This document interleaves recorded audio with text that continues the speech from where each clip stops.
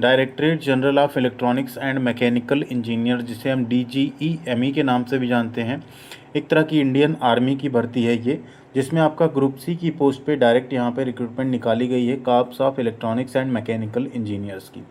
इसमें high school पास और ITI pass out छात्रों को कई पोस्ट ऐसी हैं जिन पे आपको मौका मिला है और फ्रेशर कैंडिडेट यहाँ पे फॉर्म भर सकते हैं। इसके अलावा कुछ पोस्ट ऐसी इसमें डिप्लोमा या अगर आप ग्रेजुएशन किए हैं तो भी आप फॉर्म भर सकते हैं। बेहतरीन जॉब है। सिलेक्शन आपका कैसे होगा, क्या आपको सैलरी मिलेगी, फॉर्म कैसे भरना है, लास्ट डेट क्या है, एलिजिबिलिटी क्या क्या रखी गई है, उन सब के बारे में पूरी जानकारी आपको इस वीडियो में मिलेगी। तो प्लीज़ वीडियो को लाइक और चैनल को सब्सक्राइब नहीं किया तो सब्सक्राइब करके बेल आइकन को ज़रूर दबा लीजिएगा। एंड साथ में आप लोग टेलीग्राम पे जुड़ जाइएगा, वहाँ पे सभी तरह की इन्फॉर्मेशन और अपडेट के साथ साथ आपको फॉर्म अप्लाई करने का लिंक या नोटिफिकेशन एंड फॉर्म का PDF वो सब कुछ भी हम आपके साथ शेयर कर देंगे। फॉर्म यहाँ पे ऑल इंडिया कैंडिडेट अप्लाई कर सकते हैं और ऑफलाइन मोड में आपको फॉर्म भरना है। लास्ट डेट जो है यहाँ पे नोटिफिकेशन से 21 दिन का रखा गया। 21 दिन के अंदर आपका जो ऑफलाइन फॉर्म है वो दिए गए एड्रेस पे आपको पहुँचाना होगा बाई पोस्ट। तो वैकेंसी यहाँ पे क्या क्या है, सबसे पहले अगर आप देखेंगे तो यहाँ पे commandant 505 army base workshop Delhi cantt में अगर आप देखें तो लोअर डिवीजन क्लर्क की 2 पोस्ट है, फायरमैन की 1, vehicle mechanic arm fighting vehicle highly skilled की 4 सीट है, फिटर की यहाँ पे 3 सीट है, फिटर स्किल्ड की, वेल्डर स्किल्ड की 2 है, ट्रेड्समैन मेट की 8 सीट है, वाशरमैन की 2, कुक की यहाँ पे 1 सीट है। लेकिन यहाँ पे एक्चुअल में कमांड आपका बदल गया, ट्रेड्समैन मेट तक वहाँ वैकेंसी थी।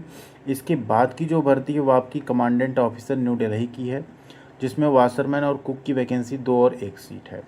फिर आप देखेंगे 506 army base workshop Jabalpur Madhya Pradesh की वैकेंसी अगर आप टोटल देखें तो लोअर डिवीजन क्लर्क की 3, electrician power highly skilled 2, telecom mechanic 7, upholsterer skilled 1 और फायरमैन की 3 वैकेंसी यहाँ पे।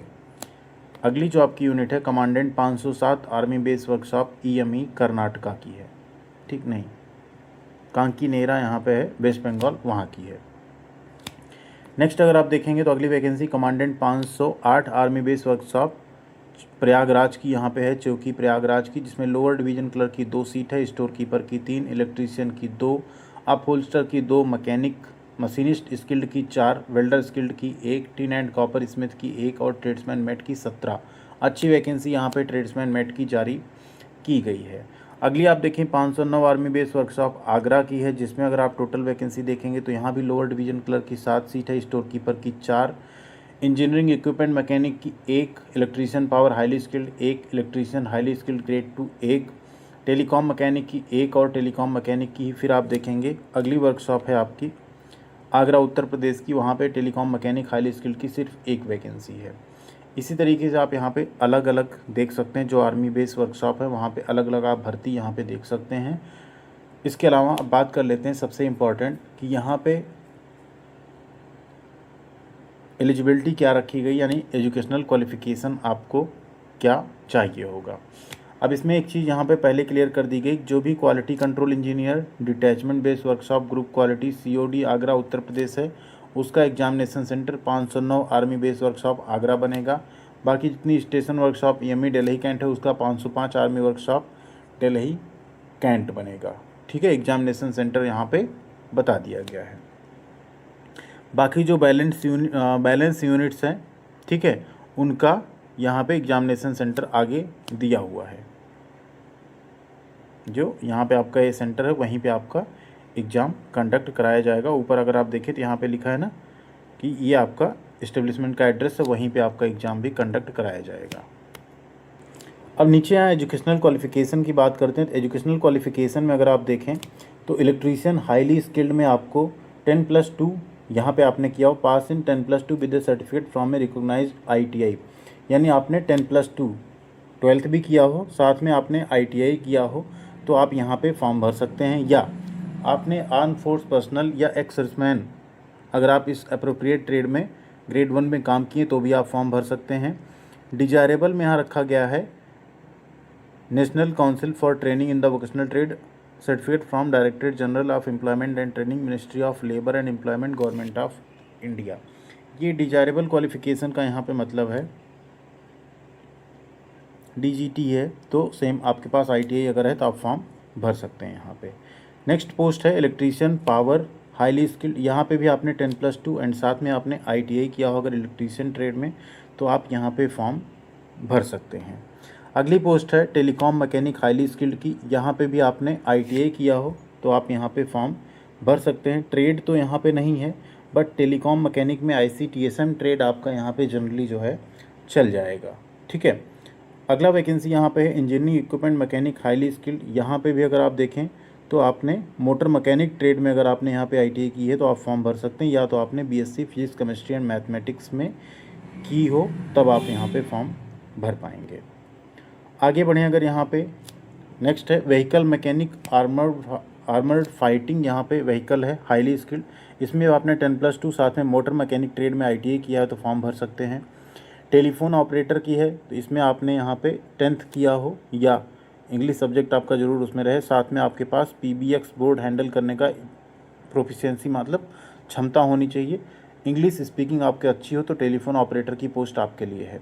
मशीनिस्ट के केस में आपने ITI किया हो मशीनिस्ट ट्रेड में, या तो टर्नर में या मिल राइट में या प्रिसीजन ग्राइंडर में, यानी मशीनिस्ट ग्राइंडर भी यहाँ पे चल जाएगा तो आप इसका फॉर्म यहाँ पे भर सकते हैं। फिटर स्किल्ड की बात करें तो फिटर स्किल्ड में आपने ITI किया हो फिटर ट्रेड में तो आप यहाँ पे फॉर्म भर सकते हैं। टिन एंड कॉपर स्मिथ में यहाँ पे भी आपने ITI किया हो तो आप फॉर्म भर सकते हैं टिन या कॉपर स्मिथ में। नेक्स्ट यहाँ पे है वेल्डर की, अगर आपने वेल्डर ट्रेड में ITI किया है तो आप यहाँ पे फॉर्म भर सकते हैं, ठीक। ITI सर्टिफिकेट नहीं या 12th नहीं मांगा जा रहा है, आपने अगर 10th के बाद भी या 8th के बाद भी वेल्डर से ITI किया है तो आप यहाँ पे फॉर्म भर पाएंगे। फिर वैकेंसी आती है स्टोर कीपर की, स्टोर कीपर में आपने 12th पास किया हो तो आप फॉर्म भर सकते हैं। लोअर डिवीजन क्लर्क में आपने 12th पास किया लेकिन टाइपिंग स्पीड आपके पास इंग्लिश में 35 और हिंदी में 30 वर्ड्स पर मिनट की होनी चाहिए। फायरमैन के केस में आपने 10th पास किया हो, साथ में आप यहाँ पे आपका फिजिकल स्टैंडर्ड जो है काफ़ी मायने रखता है, वो सब भी आपका टेस्ट यहाँ पे लिया जाएगा। कुक की वैकेंसी में आपने 10th पास किया हो तो आप फॉर्म भर सकते हैं, लेकिन इंडियन कुकिंग और इस सब मतलब सारे खाने बनाने आपको आने चाहिए। ट्रेड्समैन मेट सिंपल, अगर आपने 10वीं पास किया है, कोई ITI किसी भी चीज़ की ज़रूरत नहीं है, आप यहाँ पे ट्रेड्समैन मेट का फॉर्म भर सकते हैं। वाशरमैन में 10th आपने पास किया हो और आपको सिविलियन या मिलिट्री क्लॉथ जो है वाश करना आना चाहिए तो आप फॉर्म भर सकते हैं। सैलरी अगर आप देखेंगे तो पे मैट्रिक्स यहाँ पे आप देख लीजिए, जो 2A से 2E तक की पोस्ट है उसमें आपका पे मैट्रिक्स 4 होगा, ठीक है। इसमें आपका ग्रेड पे 2400 रहेगा। अप्रॉक्स आपकी जो सैलरी बनेगी 30 से 35,000 बनेगी। 2Fs जो सीरियल नंबर वहाँ पे लेवल 3 आपका रहेगा 2000 ग्रेड पे, तो अप्रॉक्स 30 से 32,000 आपकी सैलरी बनेगी। 2G से 2P तक का जो पोस्ट है वहाँ आपका 1900 ग्रेड पे होगा, इसमें भी आपकी सैलरी 30 से 32,000 के बीच में बनेगी स्टार्टिंग में, सारे भत्ते आपके मिला के। एज लिमिट 18 साल से 25 साल तक रखी गई। SC/ST को 5 साल, OBC को 3 साल, PWD को 10 साल यहाँ पे छूट मिल जाएगी। रिटन टेस्ट आपका होगा OMR बेस, जिसमें 150 नंबर का होगा। नेगेटिव मार्किंग आपकी 0.25 यहाँ पे रहेगी। 2 घंटे का आपका पेपर होगा, इंग्लिश हिंदी दोनों में आपके क्वेश्चंस होंगे यहाँ पे। एंड सभी जो पोस्ट हैं उनके लिए यहाँ पे मल्टीपल चॉइस क्वेश्चन ही रखा जाएगा। क्वेश्चन पेपर जो आपका रहेगा यहाँ पे फायरमैन, इलेक्ट्रीशियन, इन सब का यहाँ पे क्या फॉर्मेट रहेगा उसको आप देख सकते हैं। पार्ट 1 में जनरल इंटेलिजेंस और रीजनिंग आपके 25 क्वेश्चन 25 नंबर के, फिर आपका जनरल अवेयरनेस 25 नंबर का, जनरल इंग्लिश 25 नंबर की, न्यूमेरिकल एप्टीट्यूड 25 नंबर का, और ट्रेड स्पेसिफिक आपके ट्रेड से रिलेटेड 50 क्वेश्चन पूछे जाएंगे 50 नंबर के। कुल 150 क्वेश्चन होगा और 2 घंटे का आपका पेपर होगा। इसके अलावा जो आपका telephone operator, lower division clerk, इन सब का है, इसमें आपका अलग है पैटर्न, ठीक है। सिर्फ 25-25 और फिर जनरल इंग्लिश और न्यूमेरिकल एप्टीट्यूड 50 नंबर का रहेगा। कुक, वाशरमैन और ट्रेड्समैन मेट के केस में अगर बात करें तो जनरल इंटेलिजेंस और रीजनिंग के ही 50 क्वेश्चन आपके रहेंगे। जनरल अवेयरनेस का 50 रहेगा, जनरल इंग्लिश का 25 रहेगा और न्यूमेरिकल एप्टीट्यूड का 25। यहाँ पे भी कुल 150 क्वेश्चन आपके रखे जाएंगे। इसी के बेसिस पे आपका जो रिटन टेस्ट होगा, जब आप उसे पास करेंगे उसके बाद skill test and physical test जहाँ भी एप्लीकेबल है वहाँ पे करवाया जाएगा। जैसे फिजिकल टेस्ट की बात करें तो आपका फायरमैन में होगा। स्किल टेस्ट आपका जो कुक का, वाशरमैन का, इन सब का पोस्ट है उस पर आपका स्किल टेस्ट भी कंडक्ट कराया जाएगा। बाकी भी उन चीज़ों पे कंडक्ट करवा सकते हैं जिन ट्रेड में आपका सिलेक्शन हो रहा है। ये आपका फॉर्म है जो कि आपको A4 साइज पे प्रिंट करा के इसी को आपको भर के इसके साथ सारे डॉक्यूमेंट अटैच करके भेजना है। इसमें अगर आप देखें तो फॉर्म अप्लाई करने का पूरा प्रोसेस आपका दिया हुआ है, कैसे फॉर्म को अप्लाई करना है, ठीक है। वो सब कुछ आप यहाँ पे एक बार ज़रूर डिटेल में पढ़ लीजिएगा।